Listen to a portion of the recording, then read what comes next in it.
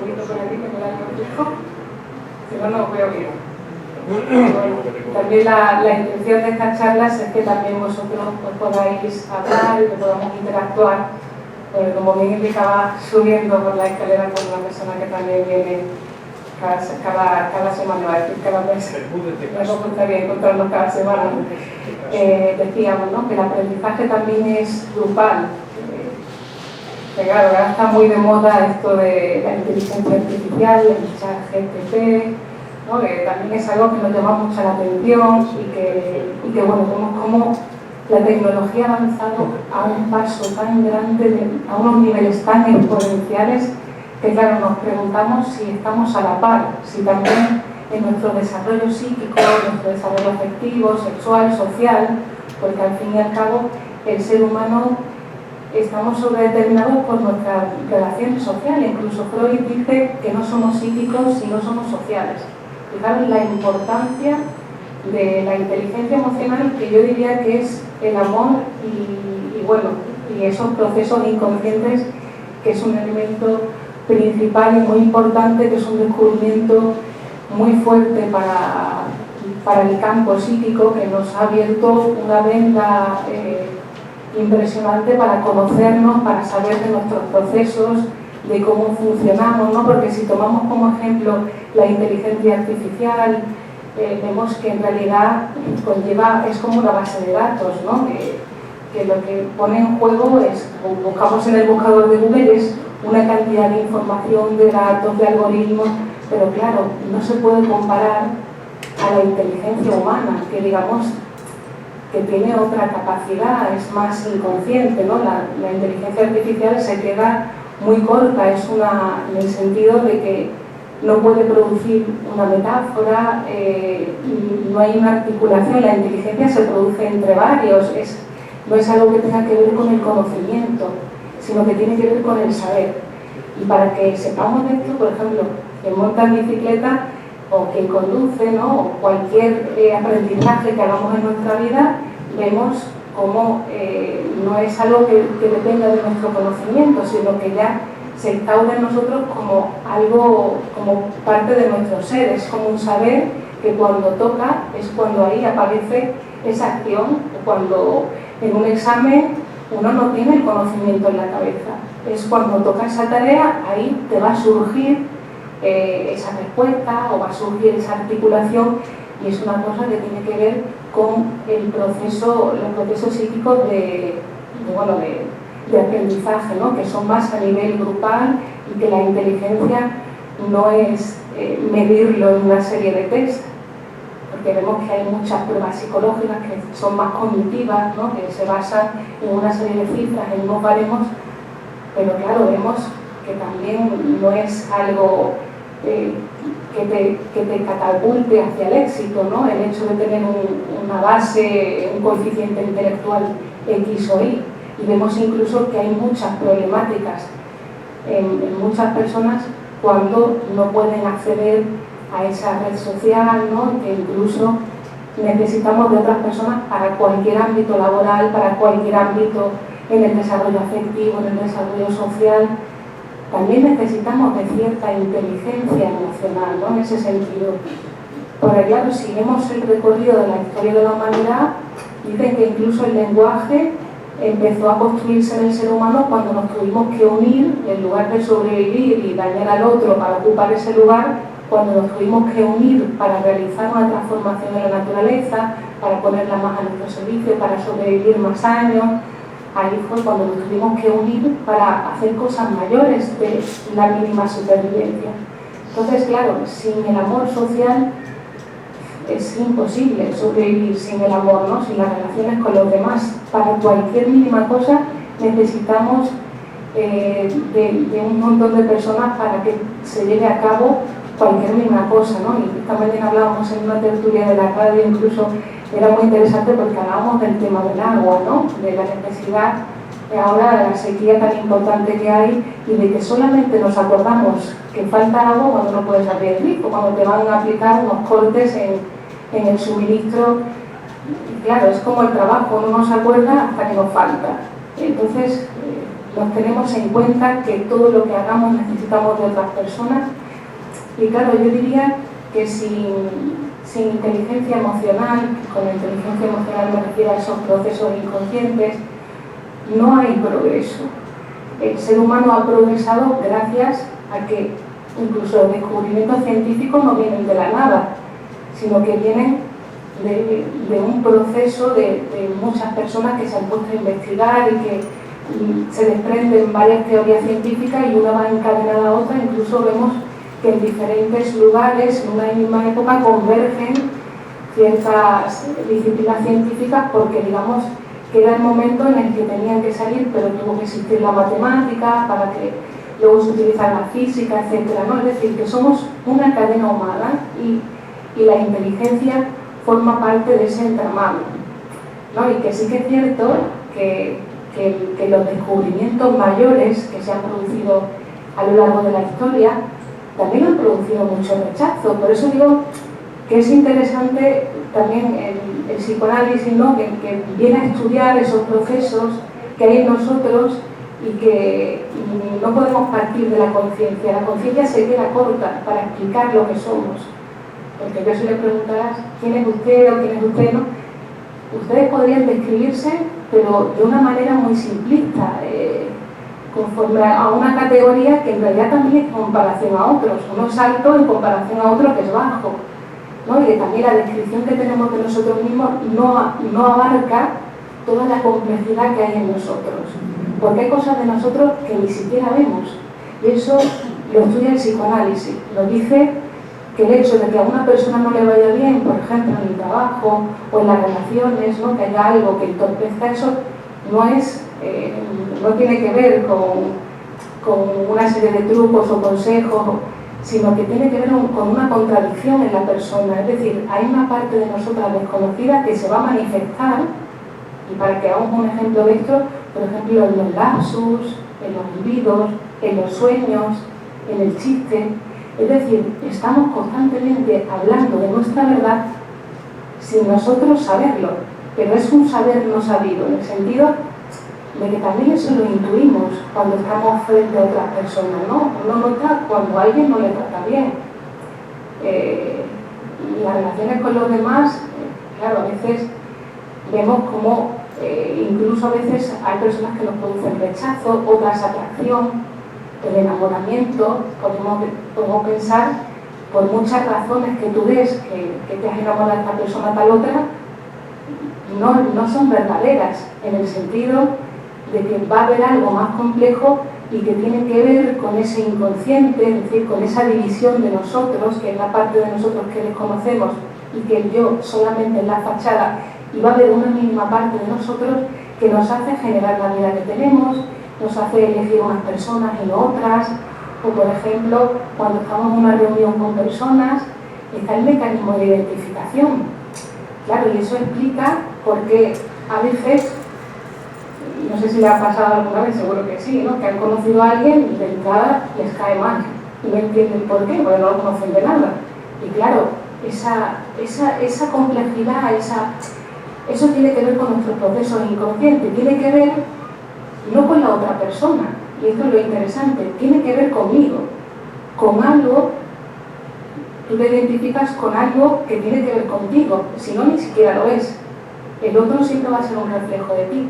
Entonces te vas a acercar a personas que a lo mejor tienen que ver contigo, te vas a fijar en algo que te identificas, que corresponde a ti en el presente, a algo del pasado o algo que te gustaría ser.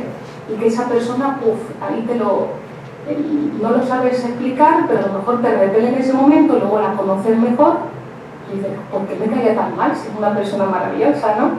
O de entrada personas que te caen magníficamente bien y luego pasa el tiempo y das cuenta de la relación que hay cosas que no van, ¿no? Entonces, por eso es importante esa inteligencia inconsciente, ¿no? Porque nos va a dar cuenta que nuestros sentidos nos engañan, que lo afectivo no es un camino adecuado para sostenernos en la vida, porque los afectos nos van a engañar. Lo que vamos a ver, incluso en la comunicación, cuando hablamos con alguien, muchas veces, ¿por qué ocurren los malentendidos? ¿Por qué uno a veces no se hace escuchar por el otro? Claro, porque una cosa es interesante esto, porque una cosa es el discurso manifiesto, lo que decimos, y otra cosa es esa doble alteridad, es decir, esa doble que hay en el discurso, que a veces se hablan de otras cosas siempre, ¿no? A veces no, es que siempre se hablan de otras cosas que están maquilladas o matizadas en esa conversación. Yo voy a poner un ejemplo un poco burdo así, pero me pareció gracioso, porque el otro día hablaba con una amiga que trabaja en un supermercado, ¿no? Entonces ella me decía que, claro, cuando hablaban con el cliente y pasaba algo, voy a contar aquí los secretos, pero me decía, era curioso porque ellas tenían como otro código, ¿no? Decían, va a venir el encargado no sé cuál, y eso significaba tal cosa, ¿no? Significaba que esa persona a lo mejor se estaba llevando un producto, estaba sustrayendo un producto y tenían que echar un ojo, ¿no? Pero es que, claro, en nuestra comunicación siempre pasa eso. Hay un discurso manifiesto que uno cree que está diciendo una cosa y otro latente, que en realidad está de base a eso que uno dice. A veces eso ocurre también en las discusiones. Uno está enganchado en una discusión con alguien y esa discusión, que es una tontería, te habla de otras cosas desplazadas en esa situación y que hay algo importante ahí que está reprimido, que es algo que no toleramos de nosotros o algo que no se puede expresar en palabras, porque en nosotros también está ese mecanismo de la represión que habla de que el niño se tiene que educar desde pequeño, ¿no? Hay que dominarlo, todos esos instintos de agresividad, celos, envidia, todo eso forma parte de todos nosotros. Claro, ¿y qué ocurre en las relaciones con los demás? Que se van a poner en juego aspectos de mí que incluso hay personas que lo solucionan, ¿no? La enfermedad tiene que ver con la incapacidad de gestionar esos deseos, pensamientos, ¿no? Esa gestión social con el otro y conmigo mismo. Hay deseos, a lo mejor rechazo de mí, que se van a poner en juego frente a otra persona. Porque claro, cuando estoy frente a otra persona, ya no estoy yo conmigo mismo. Ya no soy yo narcisista, tengo que renunciar a una cierta parte de mí para poder relacionarme con el otro. Hay que ser tolerante, escuchar, hay algo que me va a despertar la otra persona, que se va a poner en juego tanto mi sexualidad como mi odio, mi agresividad, y a veces hay aspectos de uno que rechazamos fuertemente y que se van a poner en juego en las relaciones. Y claro, la enfermedad tiene que ver con la huida de uno mismo, de ciertos deseos que se despiertan en la persona, cierta incapacidad de gestión, como que uno regresa a esa manera de reaccionar infantil, por así decirlo, y hay una dificultad a veces para hablar y para llevar esa resolución de ese conflicto, que a veces es un conflicto consigo mismo, en la realidad con el otro, ¿no? Es decir, que a veces estamos más en nuestra imaginación, en la imagen que tenemos de la otra persona, de sentarnos a pactar, a conversar, a transformar la realidad, ¿no? Entonces, es muy importante esa inteligencia, ¿no? y proyectar ese recorrido en nosotros, ¿no? Esa maduración psíquica y afectiva en nuestro entorno. Es muy importante para el progreso, porque como decimos, ¿no? Hay un avance muy grande en las tecnologías, pero en las relaciones humanas seguimos amando y odiando como hace más de 2000 años, ¿no? Y lo vemos incluso en los conflictos bélicos, ¿no? que podemos reseñar ahora en la actualidad, ¿no? Vemos cómo la gente se sigue matando, ¿no? Sigue con esa agresividad sin poder pactar, sin poder llegar a un acuerdo, ¿no? Entonces es importante, ¿no? Y también reseñar que también hay que cuidarse de lo que uno escucha, lo que uno ve, ¿no? Porque a veces también es un bombardeo impresionante la información, que también hay que buscar otras vías de realización personal, ¿no? Porque a veces también es eso, esa excesiva información que parece que también nos están infundiendo un terror para que nos quedemos en casa, para que no nos relacionemos, para que vivamos con miedo, ¿no? Y hay que abogar por el amor, por construir también algo más allá de esa pulsión-muerte, ¿no? Que parece que nos atiza, ¿no? Claro, ponía también en el título, me pareció interesante, que el siglo XXI es denominado la era del estrés. Fijaros, y claro, el estrés se refiere a la angustia. Y la angustia, pues bueno, vemos que hay personas que están tremendamente cansadas, con insomnio, y claro, tiene que ver no tanto con el ritmo del trabajo, porque en todos nosotros hay una energía libidinal, estamos hechos para sacar esa energía fuera de nosotros, ¿no? No tendría que ser un inconveniente que una persona haga una serie de actividades a lo largo del día.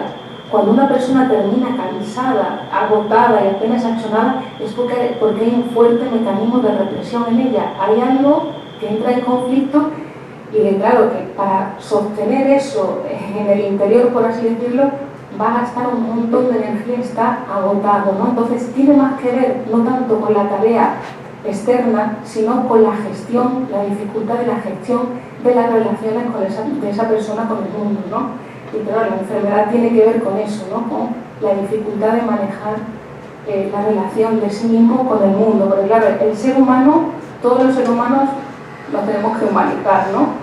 Y vemos, ¿no?, que unos se humanizan más que otros, y para eso también está el psicoanálisis, que es como una segunda educación, ¿no? Te ayuda a pensar lo conveniente, ¿no? Porque si uno se deja llevar por el principio del placer, por los gustos, por lo que me da la gana, al fin y al cabo terminas deformando, ¿no? Porque la persona necesita poner esa energía fuera de sí, y claro, te sujeta el amor, el trabajo, las relaciones con los otros, ¿no?, los proyectos. Y claro, si uno tiende a dejarse llevar por el mínimo esfuerzo, al final termina uno deformado, ¿no? Y también la enfermedad tiene que ver con el estancamiento de esa energía psíquica que tiene que estar puesta en el exterior. Al final termina uno pues con ese torrente de energía que todos somos capaces de poner en el exterior y con otras personas, pues termina dañando a la persona, ¿no? Entonces es esa gestión de la energía psíquica, ¿no?, tan importante.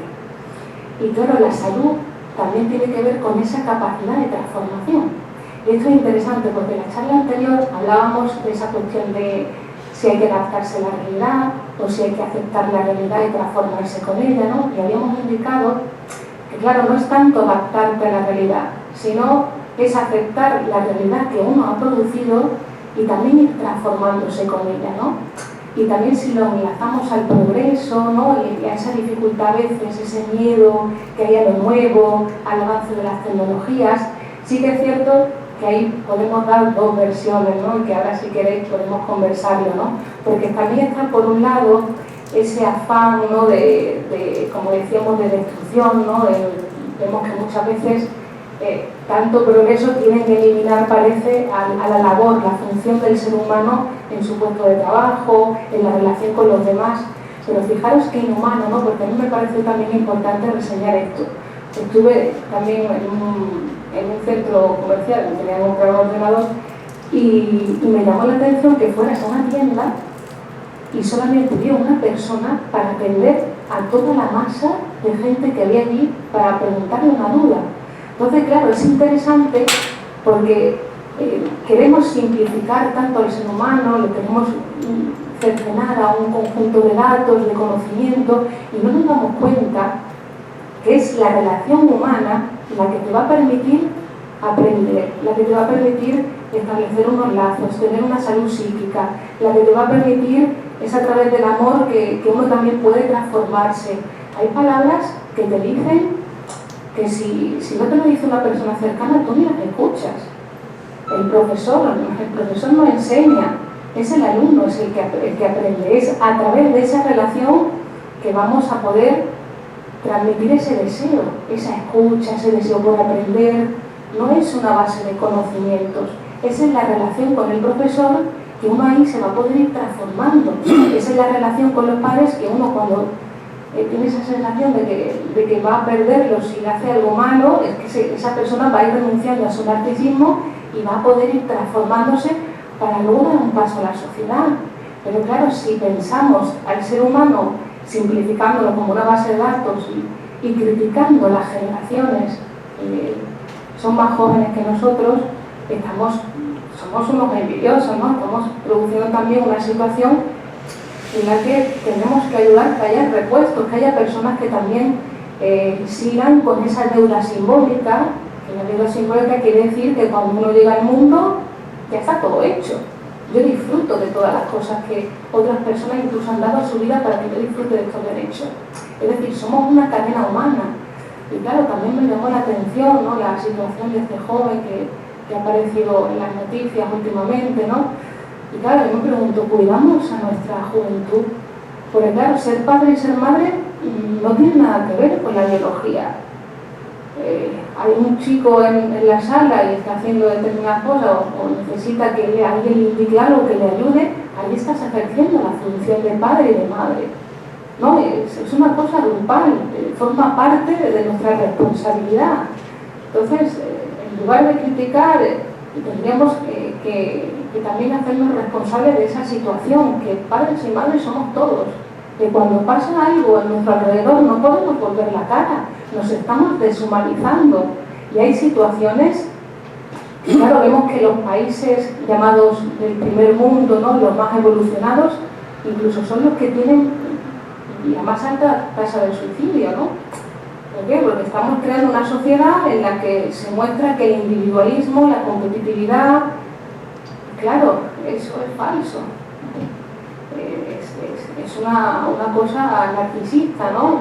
Necesitamos de los otros, la diferencia es lo que nos va a enriquecer, necesitamos trabajar junto a otros, que haya proyectos en común, eso incluso nos va a ayudar a nuestra autoestima. Que es cierto que hay personas que les cuesta gestionar esa relación con los demás, porque claro, cuando estoy conmigo mismo a veces no me pasa nada, pero cuando estoy frente al otro me va a mostrar un pensamiento diferente, se van a despertar deseos en mí que yo a veces rechazo, ¿no? A veces cuestiones con la sexualidad, a veces cuestiones con la hostilidad, y claro, eso me va a producir a mí, pues a veces eso, hay personas que lo resuelven y otras que se quedan claros en ese mecanismo de la represión y aparece, por ejemplo, un odio desmedido hacia una persona cuando en realidad lo que hay transformado en fondo es un amor intenso, un deseo no reconocido por mí, y que para disimular, para que mi conciencia no se entere de eso, pues se transforma en otro afecto. Entonces yo me veo afectado por algo muy fuerte y creo que eso es real, pero no, el psicoanálisis viene a decirnos que no es real, que los afectos se transforman, que hay mecanismos que nos hacen creer que lo que yo siento por esa persona es odio, cuando en realidad es un deseo erótico, a lo mejor en mí, que no lo puedo soportar y que aparece disfrazado de odio. Esa pulsión tiene que aparecer fuera de nosotros, transformada en otro afecto para que pueda salir sin que yo me entere. Es como si se disfrazara, como si apareciera un payaso disfrazado y tú no lo reconoces y ahí pues no te das cuenta de nada. Por eso es interesante también lo que nos trae el psicoanálisis y nos viene a decirnos que somos unos grandes desconocidos, no nos conocemos para nada. Además, que lo vemos en eso, en los elementos, en la memoria, en cuando olvidamos, cuando decimos una palabra en lugar de otra, ahí estoy mostrando una verdad mucho más grande que todo lo que yo pueda decir leído en un papel o mi discurso consciente. Cuando se me escapa un lapsus que le cambia el sentido de la frase, ¿no? Por ejemplo, había un ejemplo que decía de un juez o en un tribunal que iban a hacer un acta, no sé qué. Y claro, el tipo no quería que se llevara a cabo. Claro, en lugar de decir abrimos la sesión, dijo se levanta la sesión, ¿no? Ahí estoy hablando de que hay un deseo ahí de que eso termine, ¿no? Es decir, que hay cosas que si no implementamos esos conocimientos nuevos de lo psíquico, vamos a seguir creyendo que es casualidad. Voy a seguir creyendo que lo que me pasa en la vida no tiene que ver conmigo. Cuando el psicoanálisis nos dice que no, que en todo lo que nos pasa estamos implicados, en todas las cosas que me pasan en mi vida, en todo. Hay un deseo en mí puesto ahí, tanto en las relaciones que puedo llevar a cabo, ¿no? Que las relaciones que puedo relacionarme, tanto en el trabajo, tanto en cómo afronto las cosas, cómo rehuyo de ellas, ¿no? Ahí voy a hablar constantemente de mi verdad. Y claro, y eso no es casual, sino que hay que investigar qué es lo que pasa en mí. Por eso digo que uno se va conociendo en ese trabajo psicoanalítico, donde va a poder ir sabiendo de sus conflictos, ¿no? Donde a través de esa relación psicoanalítica le va a poder ayudar, ¿no? A través de esa relación le va a poder ayudar a poner en palabras todo ese mundo psíquico que desconoce, pero que Es muy fuerte, está dirigiendo tu vida.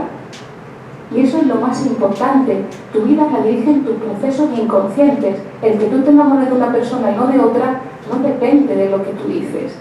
Depende de esas situaciones inconscientes. Porque nos vamos a fijar en algo que tenga que ver conmigo o en algo que repito, en un modelo infantil. O incluso el otro día escuchaba una entrevista, ¿no?, de alguien que hablaba de las relaciones amorosas que había tenido en su vida, ¿no? Y era muy curioso, ¿no? No sé si era de Chile, y hablaba, y decía, lo que tienen todas las mujeres con las que había tenido 3 esposas, ¿no? Dice, todas tenían en común que hacían los frijoles como mi mamá. Claro, y es que es eso, es esa cuestión, ¿no? Algo nos engancha al otro, algo hace que nos atraiga, pero que tiene que ver con algo ya conocido, con ese amor familiar y con ese amor a uno mismo. Nada es casualidad. Por eso digo, hay ciertas maneras de relacionarse, ciertas maneras de atracción hacia las personas, está muy determinado, está sobredeterminado por toda nuestra realidad psíquica inconsciente, infantil y reprimida. Y ese ejemplo era muy gracioso, porque ahí veía cómo es algo que tú no puedes controlar. Claro, también estamos en la era del control, queremos manejarlo todo, controlarlo todo. La inteligencia emocional no es mirarte al espejo y decir que bien estoy. Y ahí es que es como si quisiéramos reprimir aún más las cosas que nos pasan. Porque todo nosotros va de odio, celos, envidia, amor, todo eso se va a poner en juego en nosotros. Pero claro, si rechazamos, ¿no?, que es un mecanismo inconsciente, no es que uno lo rechace y diga, mira, ahora siento odio y lo voy a rechazar, ¿no? Es que eso, vamos a ver, en química vemos los efectos de todo eso, lo vemos en la vida y se reconstruyen las causas. Y eso también es interesante porque ahora que estamos en la era también de analizarlo todo, del Google que te mira todos los algoritmos, ¿no?, y queremos predecir el comportamiento, ¿no?, incluso hay bases de datos analíticas, ¿no? Cuando pides un préstamo al banco te hacen un estudio y si ven si es factible o no, darte un préstamo, ¿no? Pero claro, ahí también caemos en creer que desde las causas podemos predecir los efectos. Pero no, el ser humano no funciona así. De repente te sorprende y algo cambia. Es decir, estamos en continua transformación y uno no puede determinar su vida desde el lugar en el que nació. No es donde nazco yo soy así, ¿no? Que el otro día se creó una polémica, que si la familia es desestructurada, no es donde yo nazco, es que cada vez tengo que tomar una decisión en mi vida. No es que porque no tuve padre ahora soy así, es que cada vez se va a poner en juego eso en mí. Siempre hay un padre, siempre hay alguien que toma una referencia. Entonces eso va a permitir, claro, que no es el pasado el que va a determinar mi presente y mi futuro, sino tenemos que irnos al pasado para resolver no sé qué historia, y el pasado no se puede volver. No se puede volver al pasado. Es desde el futuro, como yo estoy viendo ahora, me determina mi futuro. Es decir, que la vida siempre es una decisión. Y siempre ante pasos importantes. Claro, si uno no se encuentra en una salud mental adecuada, ¿no? Que no tiene que ver con enfermedad, sino que tiene que ver con estas pequeñas cosas, con hacernos humanos, con dar un paso en abandonar ese lugar idílico, infantil, ¿no?, donde creíamos que el otro nos completaba, nos daba todo el alimento, ¿no?, y que el otro le atribuíamos un poder. Esa hora es dar ese paso a la vida, relacionarnos con otros, que somos carentes, que necesitamos de otras personas para vivir. Y si eso no lo tenemos en cuenta, no progresamos. Vemos incluso muchas inhibiciones, síntomas que te aíslan, ¿no?, del mundo al fin y al cabo, porque es esa incapacidad de dar ese paso en las relaciones con los demás.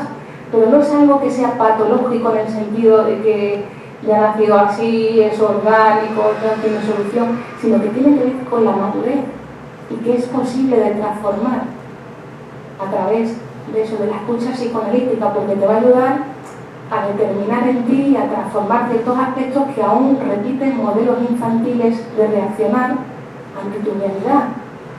Y claro, eso es un trabajo que uno tiene que hacer, porque si no es imposible progresar, ¿no? Y para progresar también es necesaria la confianza. Esto me parece súper esencial, porque estamos en un sistema capitalista y vemos que unas empresas dependen de otras, y si no confiamos el sistema se cae, ¿no? Entonces, también en la relación con los demás necesitamos confiar para crecer. Si no confiamos en el otro, no podemos crecer.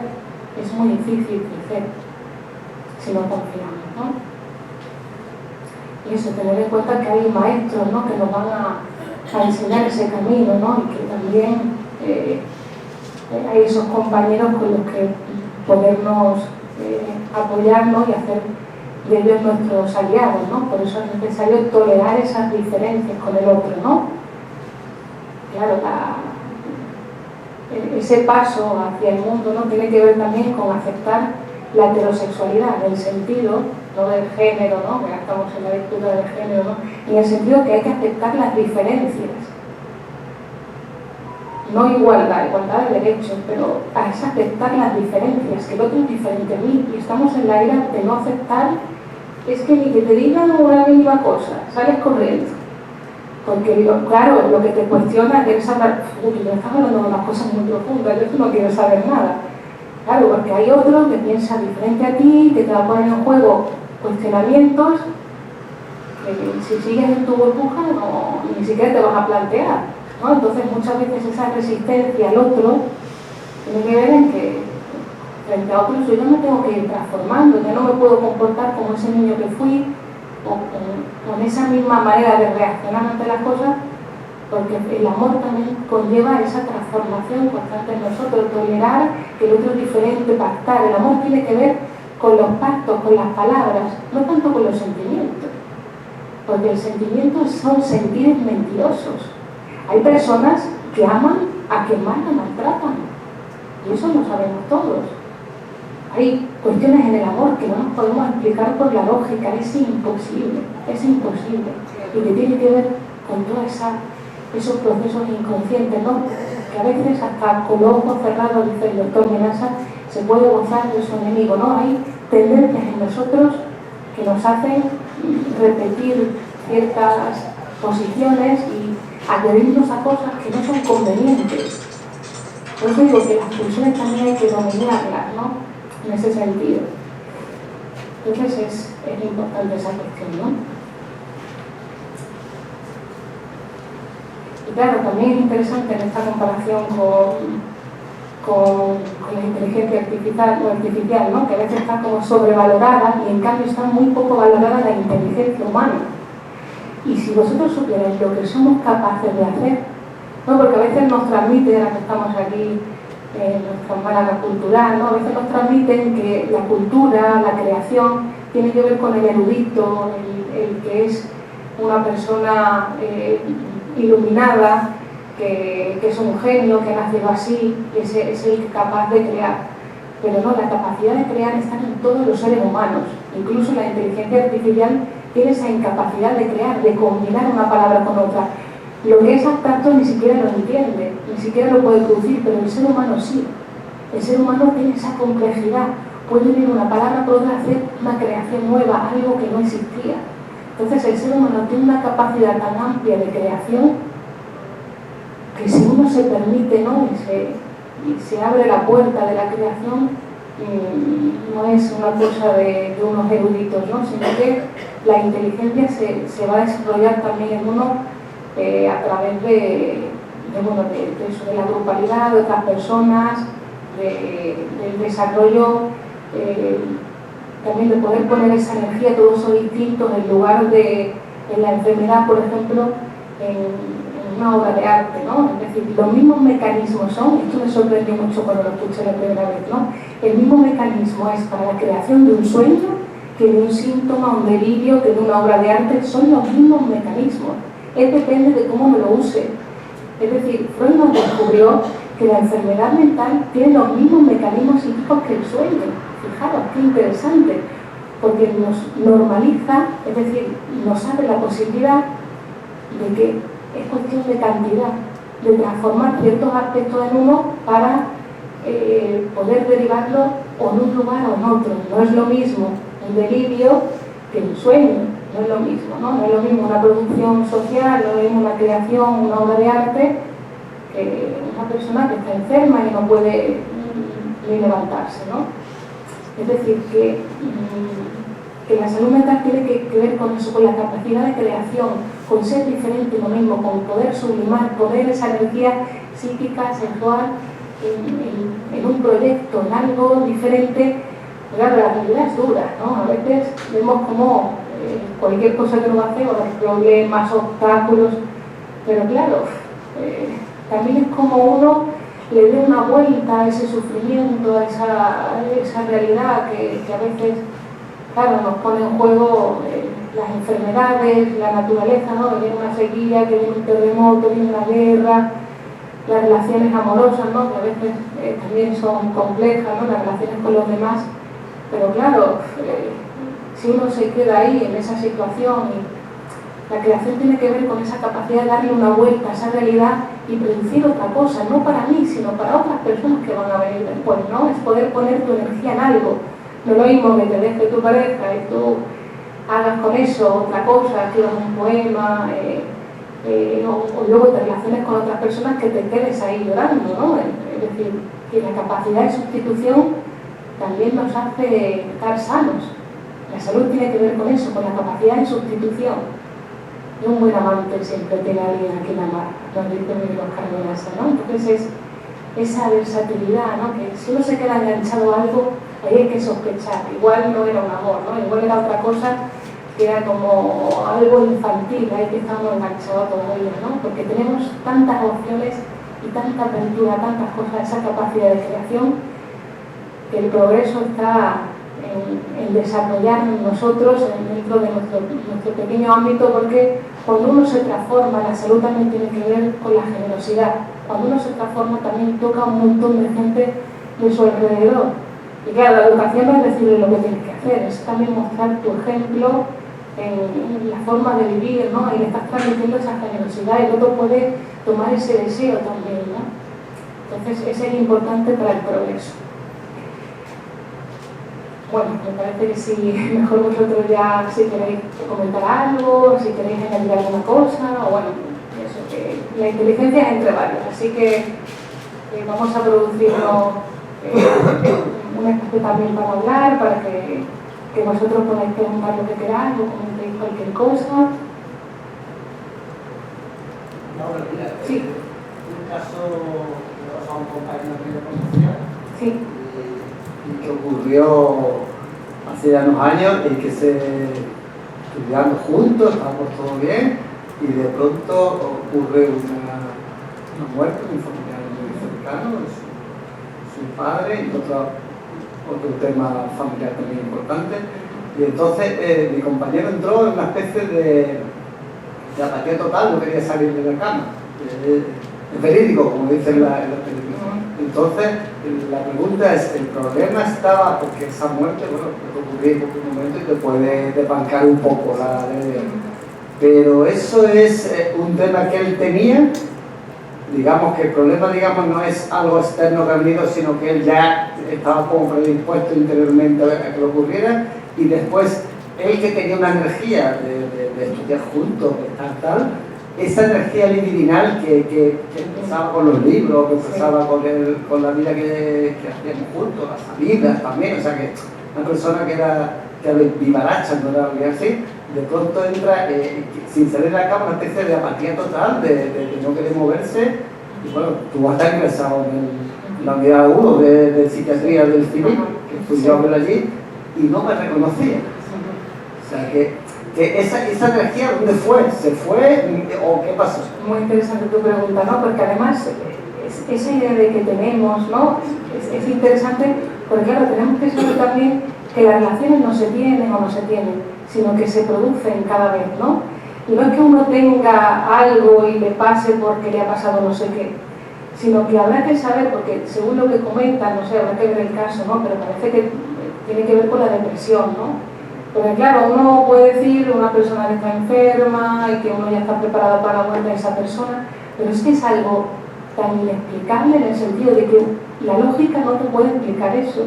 Cómo uno puede reaccionar ante la pérdida de un ser querido, ante situaciones difíciles, ¿no? O ante una pérdida, porque uno no sabe lo que perdió con eso que perdió. Porque la melancolía tiene que ver con la incapacidad de sustitución, es decir, es como si se identificara con eso que ha perdido, es como si no lo pudiera perder, es como si la sombra de eso que ha perdido se cayera sobre él. Por eso es que no puede disponer de esa energía ni para amar ni para trabajar, está puesta en la persona perdida. Es como si esa persona hubiera caído sobre él, ¿no? Entonces es un mecanismo inconsciente que tiene que ver con la identificación, que la identificación nos sirve también para desarrollarnos, es decir, sin otros no podríamos crecer, ¿no? Nos identificamos a otras personas y vamos tomando rasgos de otras personas y eso va conformando lo que llamamos personalidad entre comillas, ¿no? Es decir, somos la suma de muchísimas personas que han ido contribuyendo a que nosotros seamos los que somos ahora. Pero ese mismo mecanismo de identificación que ahí decimos en esa exageración, es un mecanismo normal que nos sirve para crecer, ese mecanismo de identificación hacia esa persona que perdida ha sido más exagerado, entonces como si esa persona se lo hubiera tragado inconscientemente, ¿no? Como si la sombra hubiera caído sobre el yo. Entonces es un proceso melancólico donde la persona no dispone de energía para ponerla en el exterior, porque la tiene puesta ahí en esa pérdida. Hay una ambivalencia hacia eso que ha perdido. A la vez que lo ama, lo odia. Entonces es como si no pudiera sustituirlo.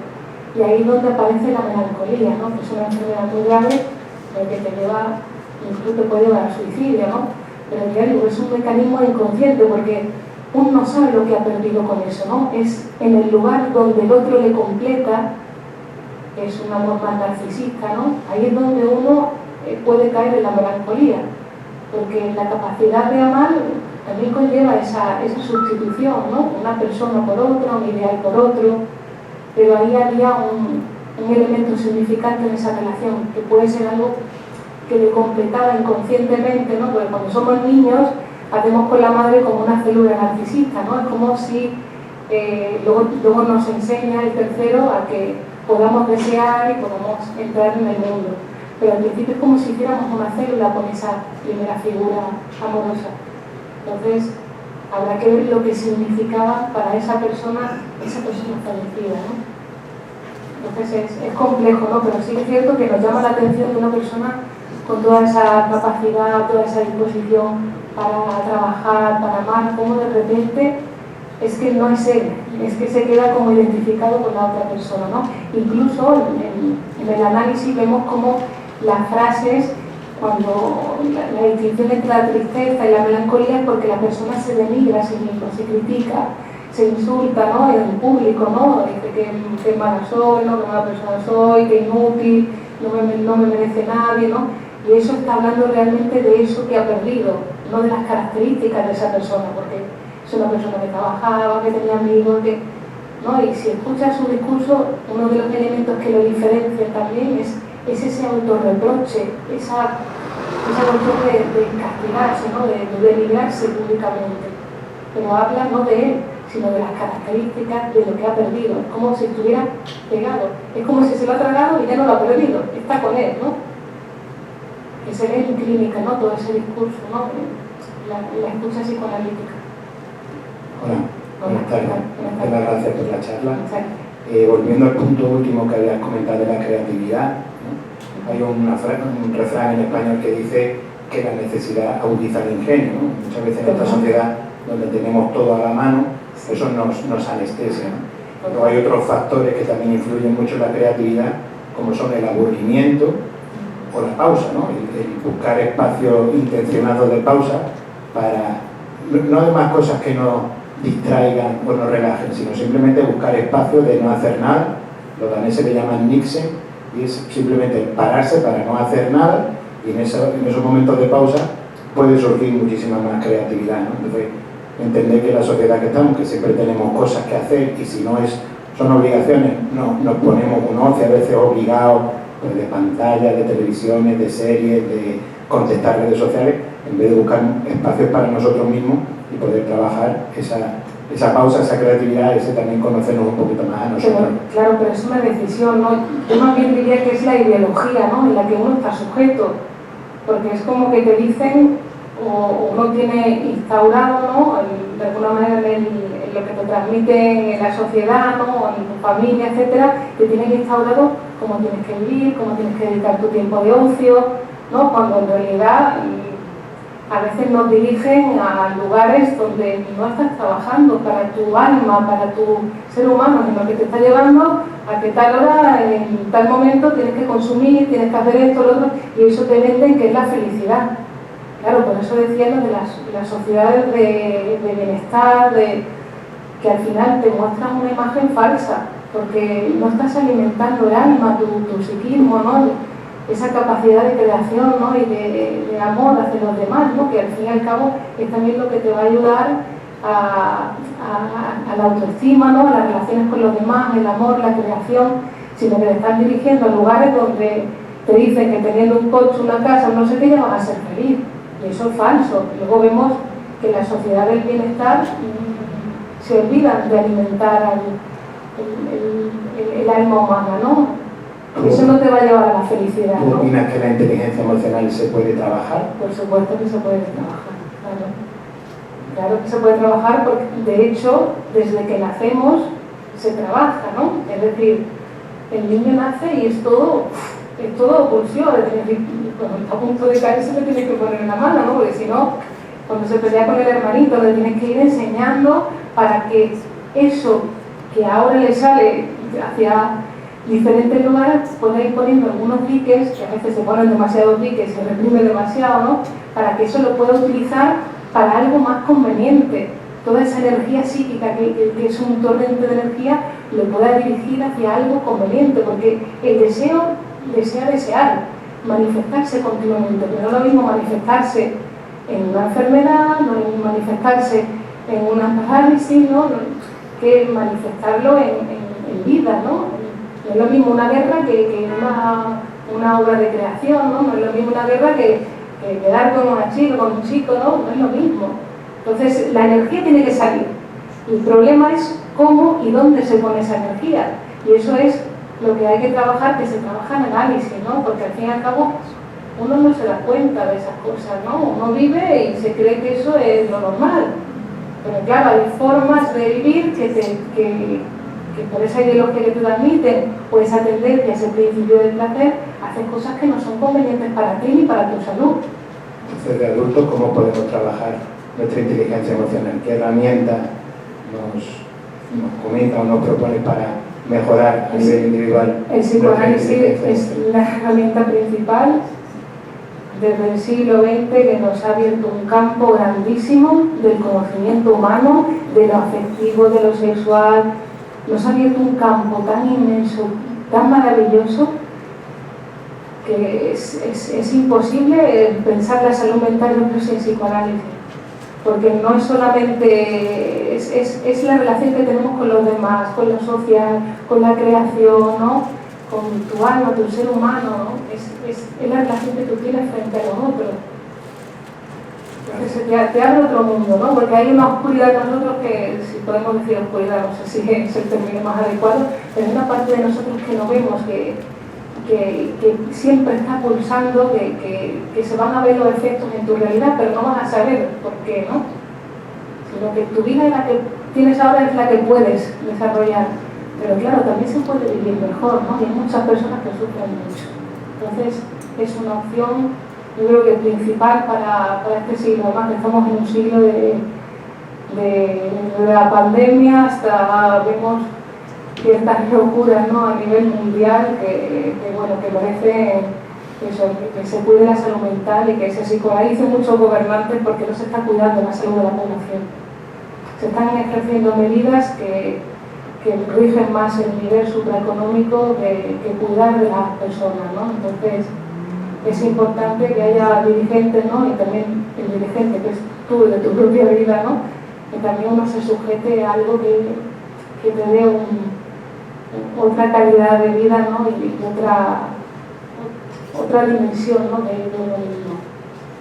Entonces, es responsabilidad nuestra cuidarnos, ¿no? Porque también hay muchas otras personas que se sostienen en nosotros, ¿no? Y que como mínimo cada uno tiene 20 o 30 relaciones cercanas a un nivel más adulto, ¿no? Entonces cuidar de nosotros es esencial porque estamos interconectados, ¿no? Si uno está bien, pues el otro le transmite esa salud también, ¿no? Ese deseo, ¿no? Porque al fin y al cabo es vivir en el deseo, ¿no? Y eso no te lo da el consumismo, es el deseo, ¿no? El que te mantiene vivo, el que te hace hacer cosas, el que te hace hacer cosas por los demás, ¿no? El amor también es tan importante, ¿no?